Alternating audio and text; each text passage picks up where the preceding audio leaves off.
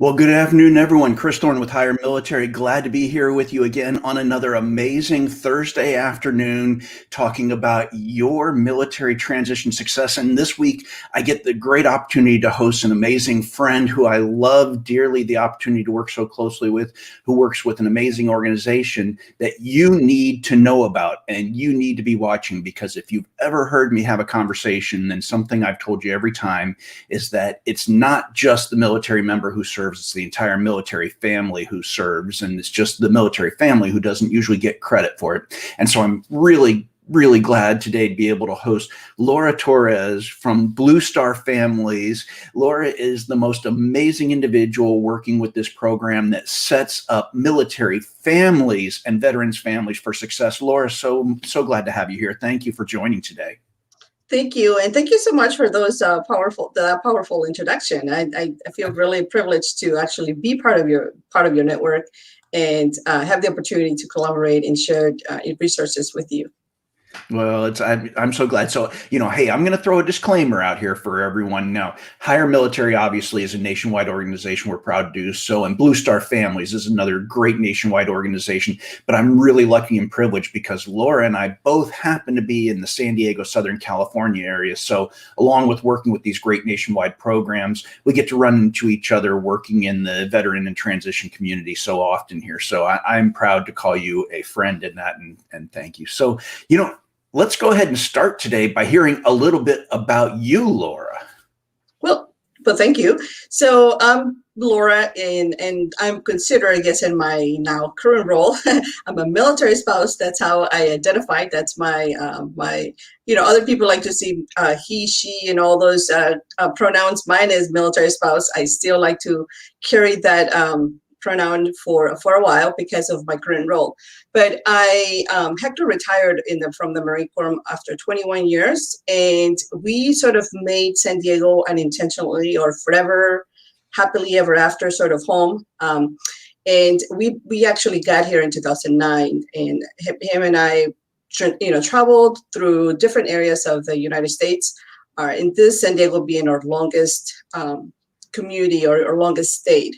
We got here in 2009, 2010, and just never left. He deployed multiple times. He did all kinds of trainings, and eventually his last assignment, we were like, dude, you can handle Miramar and the drive all the way down to San Diego. We'll stay in Camp Ellington. And that's what he did. And so we were able to pull here a few years of solid state for the kids.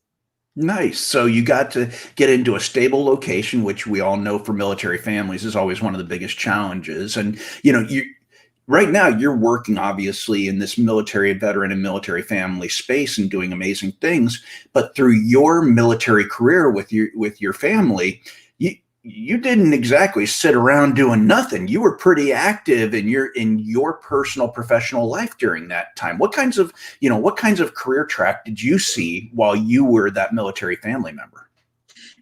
So I really represent a lot of I guess I'm not necessarily like to call them customers, but ideally the program participants that I support, that we serve. I really fit that model that I reinvented myself through almost every year, every 2 years, because of the challenges of the home environment. Although I was stationed in one location, for the longest period of time towards our end of his career, I still had to sort of re-engage with employment because of the lack of childcare, because of the different deployments, and becoming suddenly a single parent. And that becomes, really stressful in a family or in a family of four in our case. And so it was always, I did customer service role. I was actually a dispatcher. I loved doing dispatching for a transportation company at some point. It was a temporary role, so I got to experience what staffing agencies do through different side gigs through that sort of format. And really fond of staffing agencies. I also did, eventually I ended up in HR block training as a tax professional, and I ended up doing that role. I was trying to sort of a little bit more to kind of become a little more self-aware of our own financial stability and things. And that just led to a little bit more active role in marketing, eventually as an office manager.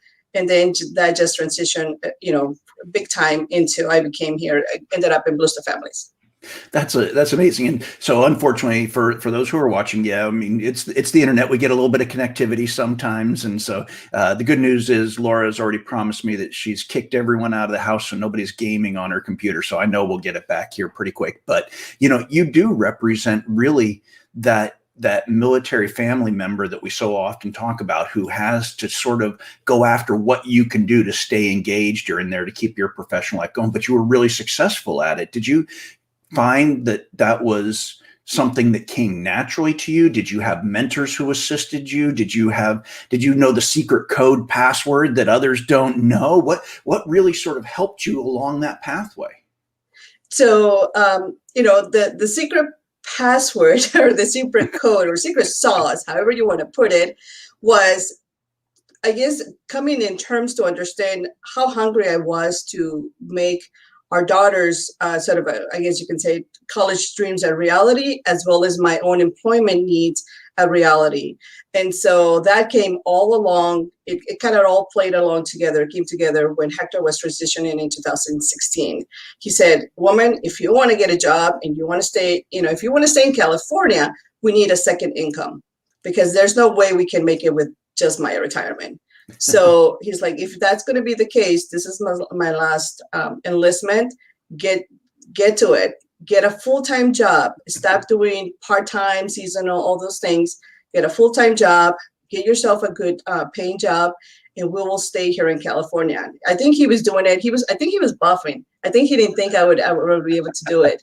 But I ended up in that last year really pushing and tracked, okay, this is what I want to do. I want to work once I achieved my third year in management, where I was, doing my role, I knew that I wanted to work with people. I wanted to work in, a little bit more in supporting those that were coming aboard and helping them navigate a little bit more the personal growth, because that's what I got to see as an office manager, to do a little bit more. So I connected with a great person from Onward to Opportunity. That's how I actually ended up with Bluestar Families. That's my secret sauce right there. So at that time, he was started. There was the second cohort, and when we met for multiple, you meet with them and they tell you, what do you want to do, when you grow up. I told them, I said, this is what I want to do. I want to do similar to what you do. I want to work with adults. I want to tell them, help them navigate the career spacing and help women particularly achieve career success and lead military spouses on that fast forward catch up time for career readiness. Nice. So one, I'm going to throw that gratuitous plug, and I'll have to type out a banner down below for the site. You mentioned Onward Opportunity, our good friends that we all know over there and love so much. If you're watching right now, great shout out, because an amazing organization for active duty service members, veterans, and military families. So Onward Opportunity, great start. And so that got you started. And then you came and connected with this organization, Bluestar Families. Correct. What is Bluestar Families? So Bluestar Families, we are a nonprofit organization. We got established back in 2009. Our goal is to connect military families to their local communities in an effort to really narrow the bridge so that we fight isolation. Every time you move, obviously I didn't move after our 2009 arrival here to California, but every time you move as a military family, and then every branch of service is different. For the Marine Corps, I think when we were doing our active times, we were doing it every 3 years. But I know that now I learned that sometimes in Army, you move every year, Navy, just whenever they feel like it. I thought I had it bad. And I was like, okay, forget it. Stop complaining. But our goal is to make sure that our families are transitioning and moving from location to location, have a community so that they're not feeling so isolated. They have activities, they have programs, they have resources so that they can re-engage in their community, so that they can thrive. But most importantly, so that you can spend your time at that community in a more fun and more just, in a more inclusive way. Yeah. And so, going back to sort of at that top of the beginning, a military member is not successful unless the family is successful as well. And so having organizations that are focused on supporting the military family and community are an essential element of a successful military career, without a doubt. As a veteran, having a military family and a veteran family that's not supported leaves people out on an island and makes the entire transition process harder. So having organizations like Blue Star makes a massive difference. I'm throwing that out because if you're a military member watching right now and you think, oh, they're talking about military families and spouses, this isn't for me, I'm here to tell you right now, you better pay attention, because often it's that military spouse who's going to set you up for success. So you need to know how to set them up for success. So amazing organization out there. I absolutely love what Blue Star does. But, you know, one of the things I think I see, and you see the same thing, we've got all through the nation, we've got these little pockets of organizations that sort of plug in locally. And local is great. I love local organizations that do strong things. But sometimes, you know, we think, oh, well, that's just another little pocket organization that doesn't have a big reach. Or that's not Blue Star Families. You guys are nationwide, and you are neat. I mean, we were just talking about, you got Dr. Fauci and Dr. Biden on a seminar with Blue Star this afternoon. That's right. So yeah, they're all the latest initiatives with the COVID vaccine and military families and all of those, everything that we need to know, and then we need to sort of get our response to, you know, our questions and or maybe any hesitations as we move forward to, you know, engaging with the medical, whatever medical initiatives will be coming so that we can soon reopen. That needs to be, you know, needs to definitely be review, watch, and you participate if you can still get into it, because that's very important. That will determine how fast and how often, you know, how soon we get to re-engage in certain communities that really been hurting with employment, underemployment, or completely shut down. You know, I know San Diego, I'm sure you can share with me, you go out nowadays and you're like, okay, are we really in a shutdown? Because I don't see it. You drive down the freeway, there's traffic. The first few months, I mean, it was clear and it was peaceful, and now it's just everywhere. But anyway, that's another thing. But yeah, I mean, in Blue Star Families, we have 11 active chapters throughout the nation, but over 32 different communities. So our chapter is one that is sort of what we call funded, where we have actual staff that is, it's really, their role is to really integrate programming and activities for every family, military family member that is part of our membership. And then communities are led by volunteers. And we have tons of those communities. We have over 32 communities that are also throughout not so active military installations or a little more isolated or just different areas. But that's what a community is. But we're connected throughout different, you know, the different United States, all everywhere. So nationwide, but you know, as you mentioned, you know, during COVID, hey, everything has now, you know, there are no boundaries, borders, states, cities anymore. We're all just one big online community. But you know, people may be wondering as they're thinking and looking a little bit more at Blue Star Families, you know, do I have to be in one of those 11 places to be able to connect and support? And you know, does it make a difference? Absolutely not, because we also have what we call our virtual community. If you don't belong to any of those, you definitely belong to the neighborhoods, to the virtual communities, and somehow you get you get support, you get resources, you get all kinds of perks. You know, this summer we had all kinds of programming set up for summer camps at various communities, and then suddenly with COVID, then everything was turned virtual, right? So now everyone from all over, even remote areas, got integrated. Kids had such a blast because everything was virtual and it was engaging and it was super fun. We did that. Same with our program in careers. You know, we used to have, and we still have them, but we had the chapters and we had career managers in every chapter location that assisted military spouses. We did coffee socials and career chats. You know, those famous selfies from local communities. And we used to do that, and that suddenly changed, and we integrated our careers program to be more virtual. And now, I mean, I've been able to support and share resources, individuals in Alaska, I mean, Hawaii, places where we would normally not have a career manager are now integrated into our virtual format. Nice. So I'm going to point to right down here where Crystal is asking, is there a community in or near San Antonio because she wants to volunteer? Absolutely, Crystal, and it's coming that way. We're going to talk a little bit more on the fellowship program, but yeah, San Antonio is coming. There is a community there already. It's actually what we call a community. It's not a chapter, but eventually it will transition into become a chapter in the next few months. So, you mentioned it. I suppose this is a great time to start transitioning to the conversation of, okay, well, yay, you have an organization. What does this organization do for me? So there's a ton. First of all, I'm going to tell you, if you haven't gone to the website yet, go to the website. You'll see the list of resources is like stupid long. But let's talk about some exciting stuff that you and I were talking about, because I think it's really timely. Absolutely. And so the one thing, of course, the one that is the most, most of my day-to-day passion to get up every day at 6 o'clock in the morning and my zone time, and don't even count the seconds to get in there and really work and do my thing.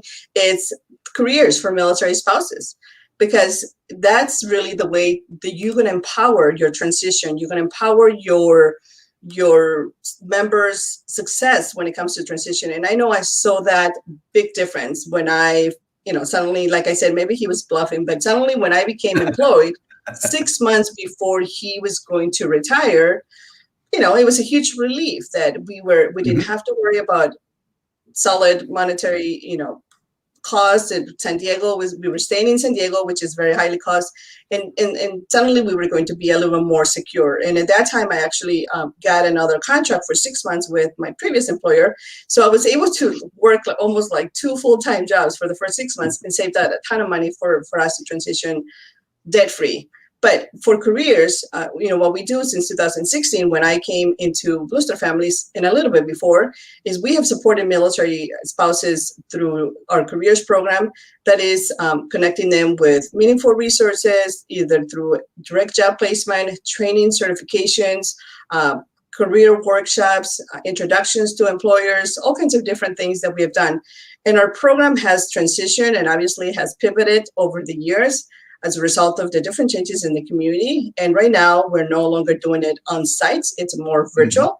But eventually what we do, overall, we want military spouses to identify career opportunities and resources that are aligned with their military lifestyle, that will open the doors at the local workforce development, because that's key right there. Regardless of how much we don't like the moves, we still have to move if we're part of the active duty, process. Yeah, absolutely. So there's an interesting apprenticeship internship program for military spouses that's really sort of, heck, I think the deadline's coming. So I want to hear more about this one. Absolutely. So tomorrow actually is the deadline, and but they can still submit, because they will still keep them on file if they don't have enough applicant pool. Our team is really, really great at reviewing all those things. But the fellowship, so Deploy Fellowship, it's a program that Blue Star Families recently launched as a result of our racial inequality initiative and more diversity and inclusion in certain communities. So at Deploy Fellowship, there are certain positions that are remote, and others are on site in specific locations. But these are 1-year fellowship programs that are actually paid for service members, military spouses. Anyone who has the calling or the need to support military families and has a great calling to support a diversity and inclusion at the local level should apply for these, because these are really great. It's a great way for you to come on board to Blue Star Families, but also make a difference in the lives of our military service members, military communities. And to the young lady who answered us earlier about San Antonio, there will be a Deploy Fellow in San Antonio, so that there's actually a position that is paid for the San Antonio Fellow. It will be paid, but that also will eventually lead. There will be a chapter initiative so that we can launch a chapter in San Antonio. With the Deploy Fellow. Nice. So if I'm getting this right, okay, this is a 1-year paid fellowship, and if I'm seeing it, we were sharing it on the screen there, and please, the scroll at the bottom has the address, and we'll make sure to put it in the comments as well.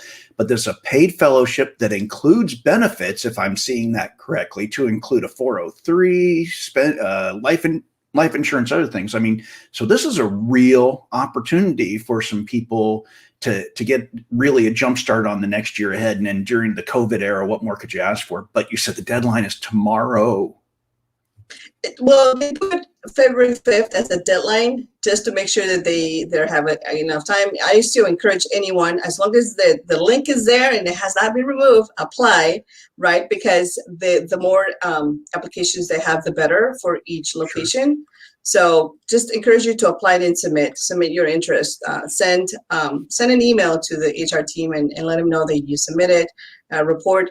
I know that they review, because I had I talked with my recruiter last week from their HR team, and I know she said, my goal is to always send a response or review every person that applies, and everyone gets a response. Unlike other organizations or maybe other companies, you don't hear from them. They do send you whether you got selected or not.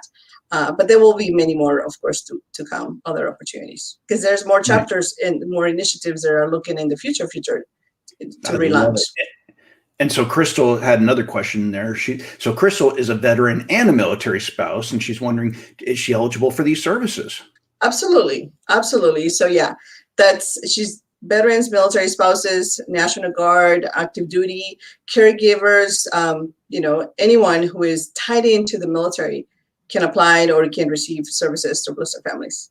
So this is a pretty broad catch. It's not as, you don't have to walk in and show a dependent ID card for benefits to do this. This is really sort of trying to catch a large grouping and help out. Correct. We take your honor system, right? Right. So, but those that are our parents, those are not any more active duty or don't consider themselves part of the military. We categorize them as neighbors. Or they're part of our neighbors. So we have the active duty membership, which is military active membership, and then we have neighbors, which is non-civilians counterparts who want to support military. Nice. So now that's that fellowship, great program, and hopefully anyone who's listening right now, whether you're watching us live, whether you're watching this recorded, whether you're watching it on YouTube later on, hopefully you're going to share that information with somebody, please, because that's obviously very important. But that's not the only thing you do for military spouse, military families, for jobs out there. You guys actually are focused on just careers and connecting for those military families as well. Is that right? Correct. So yeah, and so again, back to when I joined Blue Star Families, they had just recently, within the 2016 year, as a result of our survey, and back then our survey data showed that military spouses unemployment and underemployment was around 52%. I mean, it was really, really high. So they got to work alongside with other great partners, employer partners out there. And we have supported military spouses, into job placements and career opportunities, certifications. I mean, you name it, all kinds of things. And that's really what we do on a day-to-day through the careers program, is we support military spouses into identifying those career opportunities that they need in order to make them thrive and just be included into their community. We have our virtual community now that is Spouse Force, which is it's a way for them to engage in live career action, the webinars, the live introductions of the employers, the spotlights of military spouses who are doing other great careers, so that you know what to do if you wanted to be a technical recruiter or something like that. Right. I try to introduce other spouses that mirror our lifestyle, so that you kind of know exactly what, there's challenges out there too, but you can do it too. And so that's what we do through careers. We set up all kinds of activities for military spouses, regardless of location and regardless of the status. So, and even so, sometimes we've done a couple of, extended support to, like I said, to caregivers, because it takes a while, Chris. It takes a while for you, even after you transition, to kind of engage into your community and to identify it and feel like, okay, I think I got it. Like, I know for us, after 3 years after we transitioned, we still had that attachment or that nostalgic, sort of a self, attached to the military, and still consider ourselves, hey, I don't want to live this lifestyle. What am I going to do? Because after so many years, you have called yourself military, nothing else. And suddenly you come across trying to find your civilian title, your civilian identity, and you're like, what am I? And that's why I always brag sometimes. I'm a Latina military spouse, because I'm trying to find that community that will be welcoming to me as a military spouse, but also as a civilian. There's some great comments going on through there. By the way, I want to thank, Dora Rita. Thank you for the comment. We appreciate putting these videos on. But, there's other chat going on for people connecting for opportunities just in the chat. And I actually love that during these sessions, people are able to just connect with each other to create opportunities while we're doing this. And of course, John, happy to have him here. But Crystal had a question. Of course, we love Crystal, by the way. I'm just going to make her part of the team one day. Absolutely. But so she was asking, do you go and do tap and installation briefs across the Blue Star? Obviously, Laura can't do it all everywhere, but does the Blue Star family really help brief those services out? So we do only in certain areas where we have been asked to be part of the welcoming. So it's, it's hard to get sometimes in certain installations with certain programs. So I know San Diego Family Fleet, it's really nice. The lady out there, the young lady out there, Deborah, shout out to her. She sends every quarter or every month when they do these sort of presentations, an invite and say, would you like to present? We do that. Other installations or other programs out there, they don't send the invite, and we're busy out in the virtual community that sometimes we don't ask. Yeah. But you're always welcome to just connect directly with us, and happy to, to send your links or share links where you can connect with us. Nice. Absolutely. So, I'm going to be very surprised. I got, my eyes all over the screen here. I just looked up in this upper left-hand corner. It told me we're actually, would you believe, almost out of time here today. And there's so much more we could talk about. Blue Star Families is one of the reasons I really wanted to highlight this is you're making a difference. You're connecting people to opportunity. You're actually providing resources. It's not something where I'm just going to connect you to someone else, to connect you to someone else, connect you to someone else to tell you about something. You're connecting people to actual opportunity, but you also have an amazing ability to help people find resources that they need. And so one of the things that you had mentioned that I really want to highlight is Blue Star Families has been very active in the research side of things, doing annual studies to look at the employment conditions and career opportunities for military families, military spouses. And I know you just wrapped that up not long ago, and I think they're still tabulating from this year. But how's it looking? I mean, are we getting better, worse, same? What's that looking like? So, happy to share that, like I mentioned earlier, in 2016, we were at 52. Then the following year, we were in 48. Last year, before COVID, we were at 24% in unemployment and underemployment when it came to military spouse service members. Still a huge number. Which was still a huge number in comparison to our civilian counterparts, right? Like I know San Diego last year was around 7% or even less than that around this time. But anyway, as a result of COVID, our military spouse community has taken a huge toll. And we are back in the 32, 34% or so approximately, it ranges, because a lot of spouses were furloughed or there were jobs created, lots of great jobs, virtual, the remote spacing suddenly became and said, oh, well, wow, we can actually work from home, even though that's something that for a while military spouse discussion was like a big thing. Military spouses want to work from home.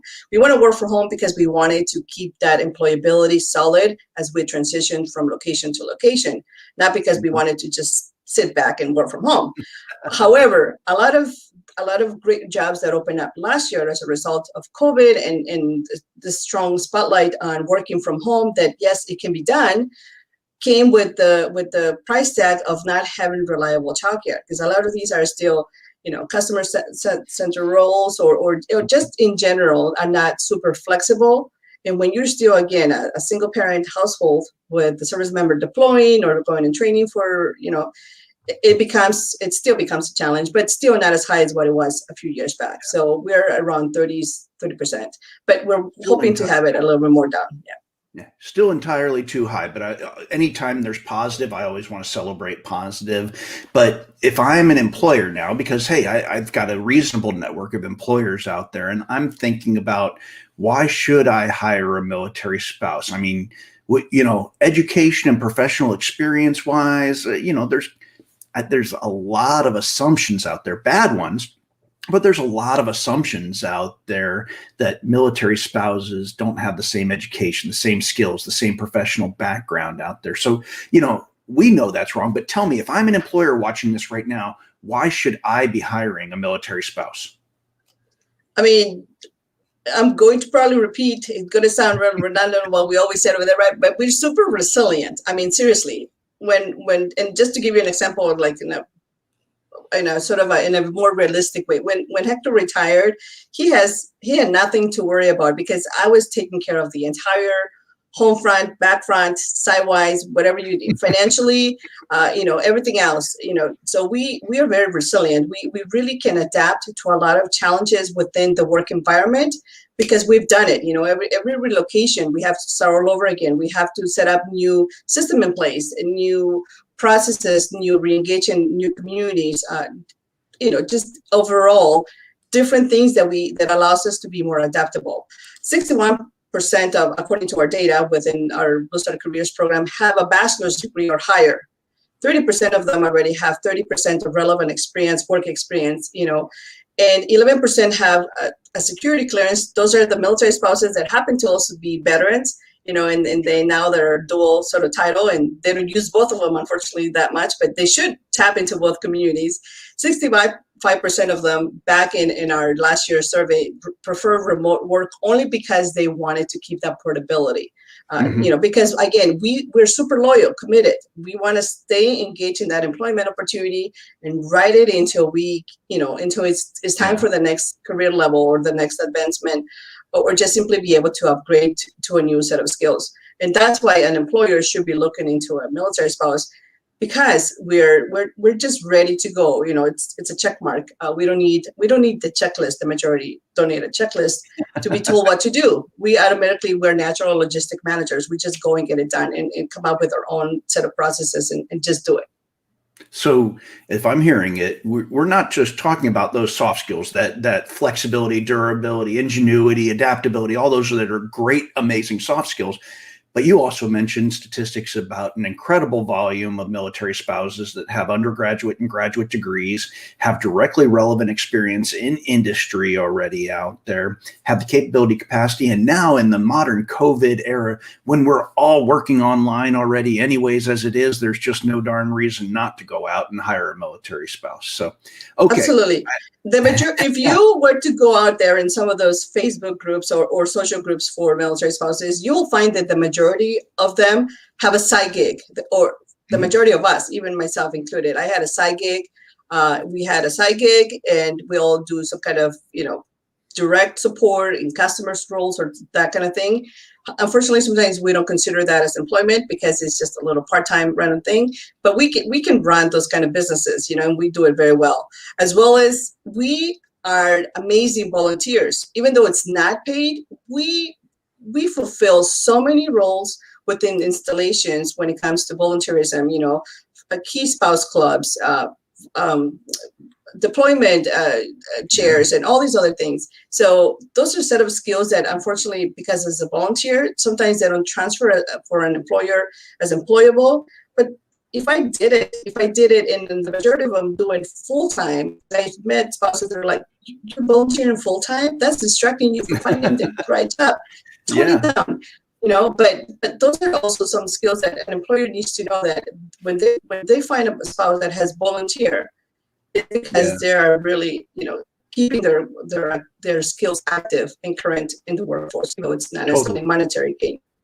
Totally. Well, and when I run somebody who has been running the Navy Marine Corps Relief Society, either the shop that's supporting service members or the thrift shop, those are people who are doing retail operations, personnel management, they're doing product management, money management, advertising. So absolutely there. I'm with you. That's professional experience, not just volunteer. I did want to hit, John's got a question right down there. Has Blue Star been involved with licensure portability for military spouses? We know here in California, obviously, what a huge issue that is, but nationwide, that's an issue. Has Blue Star been involved with trying to address that issue?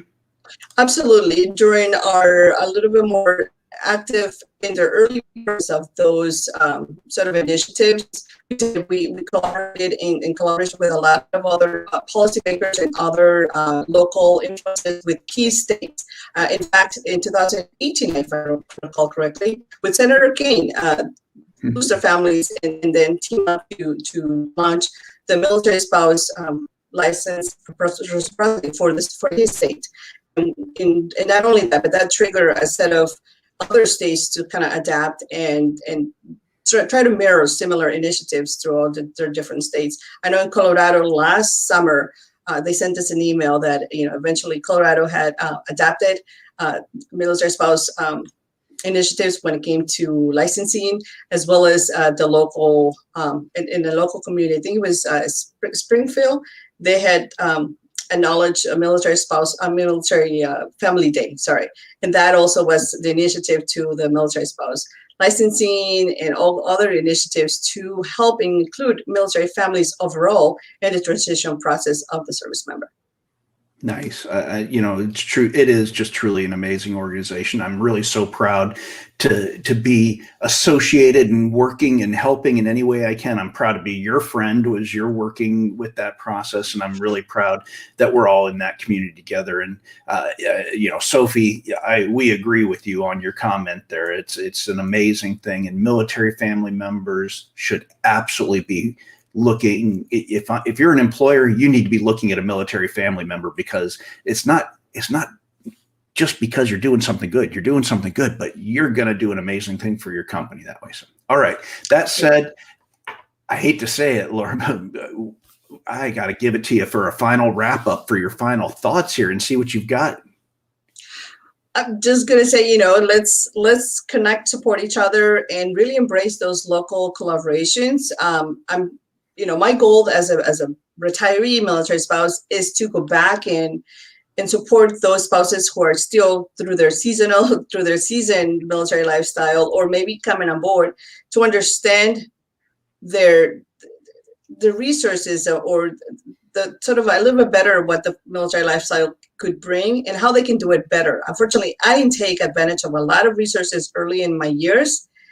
And later on, it was like, oh, wow, I'm too old for that. But, the more that we can share and include military spouses overall into activities for the service member, if you can include your spouse in your transition through knowledge, they don't necessarily have to go through your tabs. They don't have to go through your meetings. I never did any of those things with Hector, but he used to bring me all the stuff, and he used to tell me, here, read it, here, do this. Or he would give me a checklist, and he would say, you need to learn all these things because that's going to be important.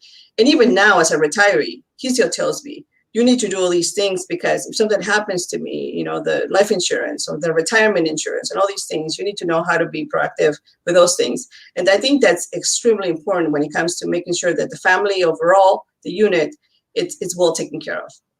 Yeah, and so important out there. And so I'm glad you brought that up. If you are the military member, the veteran, you need to be telling your military spouse, get connected with Blue Star Families today, because I guarantee that's going to help make your transition better. So, Laura, thank you so much for joining us today. Thank you so much for everything you and Blue Star Families are doing. I really appreciate it. For everyone who's joined us live, really appreciate the comments. Always love seeing you here. If you're joining us later on viewing, please leave some comments below. Connect with Laura and Blue Star Families. If you're watching us on YouTube or on Facebook, we're always glad to have you there. But hey, come on over to LinkedIn when you get a chance and jump in on the live conversation. But I'm really glad, no matter how you joined us, that you joined us today. And I look forward to hopefully seeing you all again next week. I'll be here each week, Thursday afternoon at 1 p.m. Pacific and 4 p.m. Eastern, to talk about programs and opportunities for your transition success for service members, veterans, and military families. So thank you all for joining us. I hope you have a great day. Stay safe, stay well. We'll see you soon. Thank you.